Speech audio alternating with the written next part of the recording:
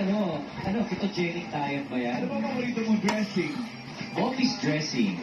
Ako ganito lang kaso. Ang gusto ko dressing room.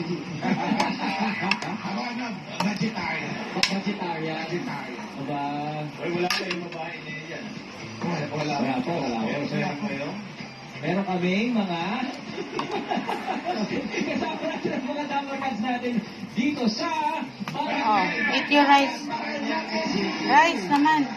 Yun na nga, sinasabi natin. Walang babae, pero handang-handa na ang pamilya habang nakatutok tayo sa mga bakla!